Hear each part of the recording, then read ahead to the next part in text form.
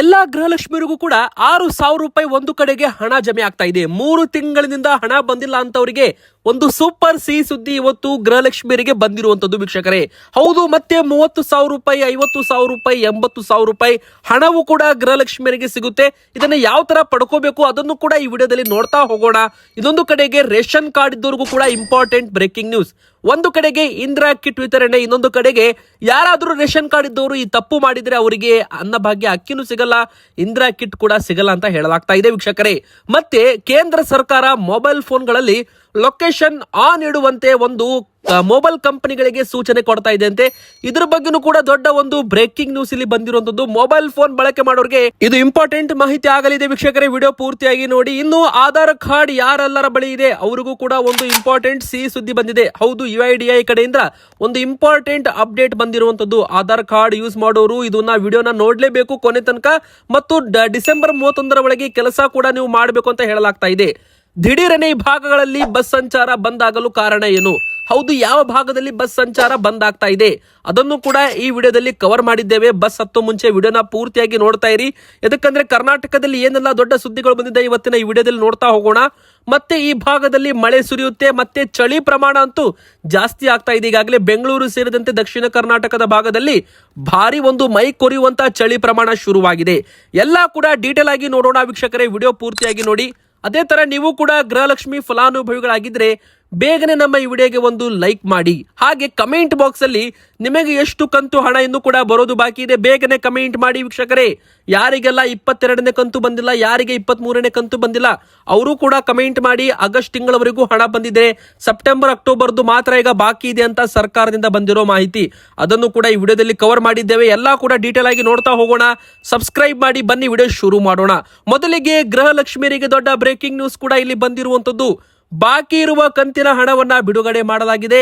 ಹಂತ ಹಂತವಾಗಿ ಜಮೆ ಪ್ರಕ್ರಿಯೆ ಕೂಡ ಶುರುವಾಗಿದೆ. ಹೌದು, ಈಗಾಗಲೇ ಲಕ್ಷ್ಮೀ ಹೆಬ್ಬಾಳ್ಕರ್ ಮೇಡಮ್ ಅವರು ಹೇಳಿಕೆ ಕೊಟ್ಟಿರೋ ಹಾಗೆ ಎಲ್ಲಾ ಗೃಹಲಕ್ಷ್ಮಿಯರಿಗೂ ಕೂಡ ಹಣವನ್ನ ಜಮೆ ಮಾಡುವ ಪ್ರಕ್ರಿಯೆ ಶುರುವಾಗಿದೆ. ಆಗಸ್ಟ್ ತಿಂಗಳವರೆಗೂ ಹಣವನ್ನ ಎಲ್ಲರಿಗೂ ಕೂಡ ಹಾಕಲಾಗಿತ್ತು, ಕೆಲವೊಬ್ಬರಿಗೆ ಜಮೆ ಆಗಿದ್ದಿಲ್ಲ, ಅವರಿಗೂ ಕೂಡ ಈಗ ಜಮೆಯನ್ನ ಮಾಡಲಾಗಿದೆ. ಈಗ ಸೆಪ್ಟೆಂಬರ್ ತಿಂಗಳ ಹಣ ಜಮೆ ಮಾಡುವ ಪ್ರಕ್ರಿಯೆ ಶುರುವಾಗಿರುವಂತದ್ದು. ಅಂದ್ರೆ ಸೆಪ್ಟೆಂಬರ್ ಅಕ್ಟೋಬರ್ 2 ತಿಂಗಳದ್ದು ಈಗ ಬಾಕಿ ಇದೆ. ನವೆಂಬರ್ ತಿಂಗಳದ್ದು ಸದ್ಯಕ್ಕೆ ಅಂತೂ ಬಿಡುಗಡೆನೂ ಇಲ್ಲ. 2026 ಜನವರಿಯಿಂದಲೇ ಅದರ ಬಗ್ಗೆ ಅಪ್ಡೇಟ್ ಬರಬಹುದು. ನವೆಂಬರ್ ತಿಂಗಳದ್ದು ಬಿಟ್ಬಿಡಿ, ಕೇವಲ ಈಗ ಸೆಪ್ಟೆಂಬರ್ ಹಾಗೂ ಅಕ್ಟೋಬರ್ ತಿಂಗಳದ್ದು ಮಾತ್ರ ಮಾತಾಡೋಣ. ಯಾಕಂದ್ರೆ ಆಗಸ್ಟ್ ತಿಂಗಳವರೆಗೂ ಹಣವನ್ನ ಹಾಕಲಾಗಿದೆ. ಆಗಸ್ಟ್ ತಿಂಗಳ ಕಂತಿನ ಹಣ ಈಗ ಜಮೆ ಮಾಡಲಾಗಿದೆ. ಒಮ್ಮೆ ಬಾರಿ ನೀವು ಕೂಡ DBT ಆಪ್ ನಲ್ಲಿ ನಿಮ್ಮ ಒಂದು ಗೃಹಲಕ್ಷ್ಮಿ ಸ್ಟೇಟಸ್ ಅನ್ನ ಚೆಕ್ ಮಾಡಿಕೊಳ್ಳಿ. ಈಗ ಬಾಕಿ ಇರೋದು ಅಂದ್ರೆ ಸೆಪ್ಟೆಂಬರ್ ಅಕ್ಟೋಬರ್ದ್ದು, ಅದು ಕೂಡ ಬಿಡುಗಡೆ ಮಾಡಲಾಗಿದೆ. ಸೆಪ್ಟೆಂಬರ್ ತಿಂಗಳ ಹಣವೂ ಕೂಡ ಇದೇ ಒಂದು 15ರಿಂದ 20ನೇ ತಾರೀಕಿನ ಒಳಗೆ ಗೃಹಲಕ್ಷ್ಮಿಯರಿಗೆ ಕ್ರೆಡಿಟ್ ಅಂದ್ರೆ ಜಮೆ ಆಗಲಿದೆ ವೀಕ್ಷಕರೇ. ಇನ್ನೊಂದು ಕಡೆಗೆ ಅಕ್ಟೋಬರ್ ತಿಂಗಳ ಹಣವೂ ಕೂಡ 30ನೇ ತಾರೀಕಿನ ಒಳಗಡೆ ಜಮೆ ಆಗುವ ನಿರೀಕ್ಷೆ ಇದೆ. ಅಂದ್ರೆ ಒಂದು ಕಂತು ಜಮೆ ಆದ್ರೆ ಇನ್ನೊಂದು ಕಂತು ಜಮೆ ಆಗ್ಬೇಕಂದ್ರೆ 12ರಿಂದ 15 ದಿನದ ಸಮಯಾವಕಾಶ ಇಲ್ಲಿ ಬೇಕಾಗ್ತಾ ಇದೆ. ಪ್ರತಿ ಬಾರಿನೂ ಕೂಡ ಇದೇ ತರ ಆಗಿದೆ. ಒಮ್ಮೆ ಬಾರಿ ಜೂನ್ದು ಹಣ ಬಂದ್ರೆ ಜುಲೈ ತಿಂಗಳದ್ದು 12ರಿಂದ 15 ದಿನ ಲೇಟ್ ಆಗಿ ಜಮೆ ಆಗಿದೆ. ಅದೇ ತರ ಒಂದು 15 ದಿನ ಲೇಟ್ ಆಗಿ ಆಗಸ್ಟ್ ತಿಂಗಳದ್ದು ಜಮೆ ಆಗಿದೆ. ಈಗ ಸೆಪ್ಟೆಂಬರ್ ತಿಂಗಳದ್ದು ಜಮೆ ಆಗ್ತಾ ಇದೆ. ನೆಕ್ಸ್ಟ್ ಇಲ್ಲಿ ಅಕ್ಟೋಬರ್ ತಿಂಗಳದ್ದು ಕೂಡ ಜಮೆ ಆಗುತ್ತೆ. ಅಂದ್ರೆ ಇದು ತಿಂಗಳು ಮುಗಿಯೋ ಒಳಗೆ ನಿಮಗೆ 4,000 ರೂಪಾಯಿ ಹಣ ಇಲ್ಲಿ ಗೃಹಲಕ್ಷ್ಮಿಯರಿಗೆ ಜಮೆ ಆಗುತ್ತೆ. ನವೆಂಬರ್ ತಿಂಗಳದ್ದು ಏನಿದೆ ನೋಡಿ, ಅದೆಲ್ಲ ಕೂಡ ಮುಂದಿನ ತಿಂಗಳಲ್ಲಿ ಜಮೆ ಆಗುವ ನಿರೀಕ್ಷೆ ಇದೆ ಅಂತಾನು ಕೂಡ ಇಲ್ಲಿ ಹೇಳಬಹುದು ವೀಕ್ಷಕರೇ. ಅದೇ ತರ ಗೃಹಲಕ್ಷ್ಮಿ ಸೊಸೈಟಿ ಸಂಘವು ಕೂಡ 30,000 ರೂಪಾಯಿ ಬೇಕಾ ನಿಮಗೆ, 50 ಬೇಕಾ, 1 ಲಕ್ಷ ಬೇಕಾ, 2 ಲಕ್ಷ ಬೇಕಾ, 3 ಲಕ್ಷ ರೂಪಾಯಿವರೆಗೂ ಗರಿಷ್ಠ ಮಟ್ಟದ ಪರ್ಸನಲ್ ಲೋನ್ ಭಾಗ್ಯ ಗೃಹಲಕ್ಷ್ಮಿಯರಿಗೆ ಗೃಹಲಕ್ಷ್ಮಿ ಸೊಸೈಟಿ ಸಂಘದ ಮೂಲಕ ಕೊಡಲಾಗುತ್ತೆ. ಈ ಒಂದು ಸಂಘ ಓಪನ್ ಆಗ್ತಾ ಇದ್ದಂತೆ 90 ದಿನಗಳವರೆಗೂ ಅಥವಾ 60 ದಿನಗಳವರೆಗೂ ಸಮಯ ಅವಕಾಶ ಕೊಡಲಾಗುತ್ತೆ. ಯಾರು ಗೃಹಲಕ್ಷ್ಮಿಯವರು 1,000 ರೂಪಾಯಿ ಹಣವನ್ನ ಡೆಪಾಸಿಟ್ ಮಾಡಿ ಈ ಒಂದು ಸಂಘದಲ್ಲಿ ಮೆಂಬರ್ಶಿಪ್ ಆಗ್ತಾರೆ, ಅವರಿಗೆ ಮೊದಲು ಪರ್ಸನಲ್ ಲೋನ್ ಸಿಗುವ ಭಾಗ್ಯ ಇರಲಿದೆ. ಕೋಟ್ಯಾಂತರ ಫಲಾನುಭವಿಗಳು ಇರೋದ್ರಿಂದ ಎಲ್ಲರಿಗೂ ಕೂಡ ಈ ಒಂದು ಯೋಜನೆ ಮೂಲಕ ಸಾಲ ಸಿಗೋದು ಡೌಟು. ಯಾರು ಮೊದಲು ಜಾಯ್ನ್ ಆಗ್ತಾರೆ ಅವರಿಗೆ ಮೊದಲು ಆದ್ಯತೆ ಅಂತಾನೂ ಕೂಡ ಇಲ್ಲಿ ಖುದ್ದು ಸಚಿವ ಲಕ್ಷ್ಮೀ ಹೆಬ್ಬಾಳ್ಕರ್ ಮೇಡಮ್ ಅವರು ಹೇಳಿರುವಂತದ್ದು. ಇನ್ನು ಅನ್ನಭಾಗ್ಯ ಫಲಾನುಭವಿಗಳಿಗೂ ಕೂಡ ಇಂಪಾರ್ಟೆಂಟ್ ಬ್ರೇಕಿಂಗ್ ನ್ಯೂಸ್ ಬಂದಿದೆ.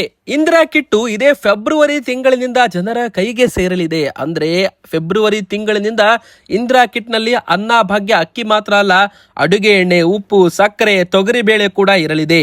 ಇಲ್ಲಿ ಹೆಸರು ಕಾಳು ಕೂಡ ವಿತರಣೆ ಮಾಡೋ ಬಗ್ಗೆ ಚರ್ಚೆ ಆಗಿತ್ತು. ನಂತರ ಹೆಸರು ಕಾಳು ವಿತರಣೆ ಸಾಧ್ಯವಿಲ್ಲ ಅಂತ ಸದ್ಯಕ್ಕೆ ತೊಗರಿ ವೇಳೆ ಹೆಚ್ಚಾಗಿ ವಿತರಣೆ ಮಾಡಲಾಗುತ್ತೆ ಅಂತ ಹೇಳಲಾಗಿದೆ. ಅನ್ನಭಾಗ್ಯ ಹೆಸರು ಬದಲಾವಣೆ ಆಗೋ ಸಾಧ್ಯತೆ ಇದೆ. ಅಂದ್ರೆ ಪೌಷ್ಟಿಕ ಆಹಾರ ಕಿಟ್ ಅನ್ನು ಕೂಡ ಇಲ್ಲಿ ಕೊಡಲಾಗ್ತಾ ಇದೆ.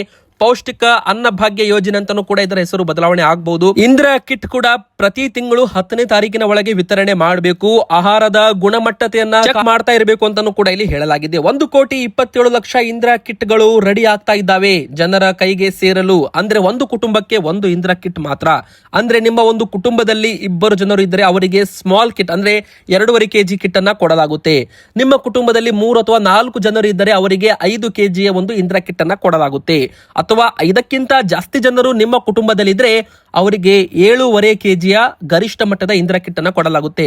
ಒಂದು ವೇಳೆ ನಿಮ್ಮ ಕುಟುಂಬದಲ್ಲಿ 10 ಜನರು ಇದ್ರೂ ಕೂಡ ನಿಮಗೆ 7.5 kgಯ ಇಂದಿರಾ ಕಿಟ್ ಅಂದ್ರೆ ತಲಾ ಒಬ್ಬರಿಗೆ 1.5 kg ಹಾಗೆ 7.5 kgಯ ಹೆಚ್ಚುವರಿ ಕಿಟ್ ಅನ್ನ ಕೊಡಲಾಗುತ್ತೆ ವೀಕ್ಷಕರೇ ಅಂತ ಇಲ್ಲಿ ಮೊದಲೇ ಒಂದು ಬ್ರೇಕಿಂಗ್ ನ್ಯೂಸ್ ಬಂದಿದೆ. ಅದೇ ತರ ಯಾರಾದ್ರೂ ಇನ್ ಮುಂದೆ ಅನ್ನಭಾಗ್ಯ ಅಕ್ಕಿ ಆಗಿರ್ಬೋದು ಅಥವಾ ಇಂದಿರಾ ಕಿಟ್ಟು ಕಾಳಸಂತೆಯಲ್ಲಿ ಮಾರಾಟ ಮಾಡಿದ್ರೆ ಅವರ ವಿರುದ್ಧ ಕ್ರಮ ಹಾಗೂ ಅವರ ಒಂದು BPL ಕಾರ್ಡ್ ಇರುತ್ತಲ್ಲ ಅದನ್ನ ಮುಟ್ಟುಗೋಲು ಹಾಕಿಕೊಳ್ಳಲಾಗುತ್ತೆ. ಅಂತ ಪಡಿತರ ಚೀಟಿದಾರರ ವಿರುದ್ಧ ಕ್ರಮ ತೆಗೆದುಕೊಳ್ಳಲಾಗುತ್ತೆ.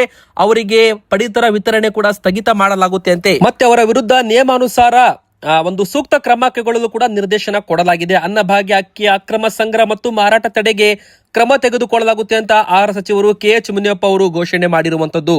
ಬನ್ನಿ ವೀಕ್ಷಕರೀಗ ಮತ್ತೊಂದು ದೊಡ್ಡ ಬ್ರೇಕಿಂಗ್ ನ್ಯೂಸ್. ಮೊಬೈಲ್ ಫೋನ್ ಬಳಕೆ ಮಾಡೋರಿಗೆ ಕೇಂದ್ರ ಸರ್ಕಾರದಿಂದ ಒಂದು ದೊಡ್ಡ ನಿಯಮ ಅಂತಾನೆ ಹೇಳ್ಬೋದು. ಯಾಕಂದ್ರೆ ಮೊಬೈಲ್ ಫೋನ್ ಲೊಕೇಶನ್ ಆನ್ ಇಡುವಂತೆ ಕಡ್ಡಾಯ ಮಾಡಲು ಕೇಂದ್ರ ಸರ್ಕಾರ ಮುಂದಾಗಿದೆಯಾ? ಯಾಕಂದ್ರೆ ಇದರ ಹಿಂದೆ ಇರೋ ಕಾರಣ ಅಪರಾಧಿಗಳು ಮತ್ತು ನಾಪತ್ತೆಯಾದವರನ್ನ ಪತ್ತೆ ಮಾಡಲು ಇದು ನೆರವಾಗಲಿದೆ ಅಂತೆ.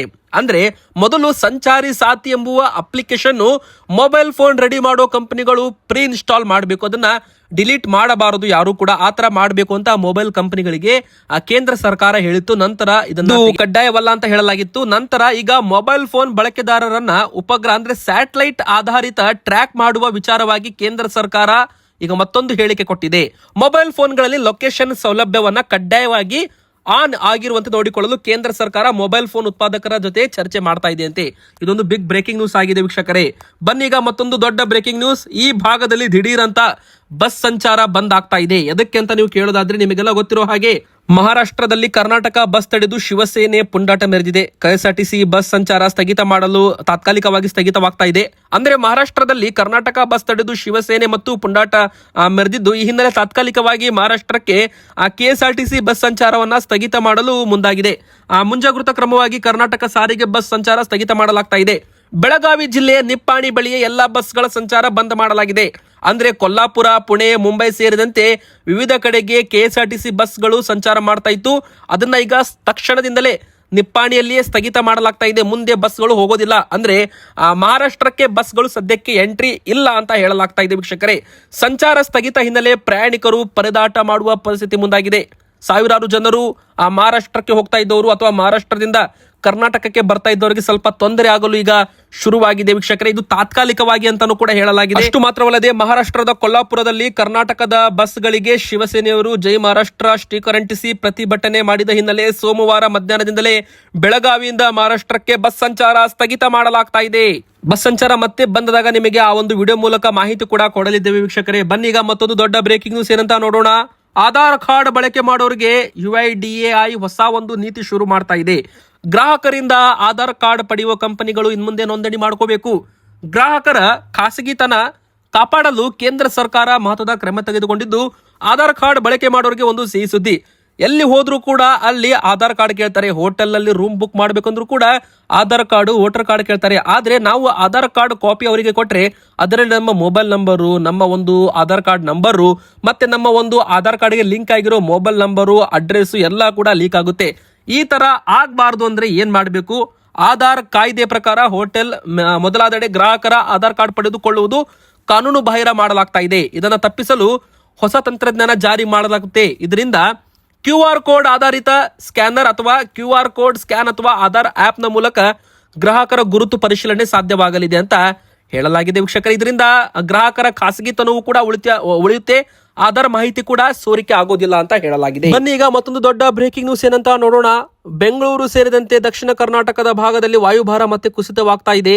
ಮತ್ತೆ ಈಗ 4 ದಿನಗಳವರೆಗೂ ಮಳೆ ಸಂಭವ ಮತ್ತು ಚಳಿ ಪ್ರಮಾಣವೂ ಕೂಡ ಜಾಸ್ತಿ ಆಗ್ತಾ ಇದೆ ವೀಕ್ಷಕರೇ.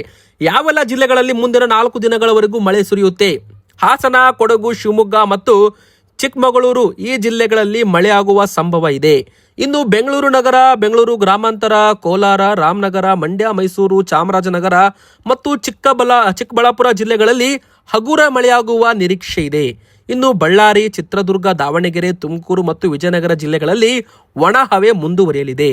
ಉತ್ತರ ಕರ್ನಾಟಕದ ಭಾಗದಲ್ಲಿ ಒಣ ಹವೆ ಮುಂದುವರಿಯಲಿದೆ. ಇನ್ನು ವೀಕ್ಷಕರೇ, ನಮ್ಮ ರಾಜ್ಯದಲ್ಲಿ ಚಳಿ ಪ್ರಮಾಣವು ಕೂಡ ಜಾಸ್ತಿ ಆಗ್ತಾ ಇದೆ.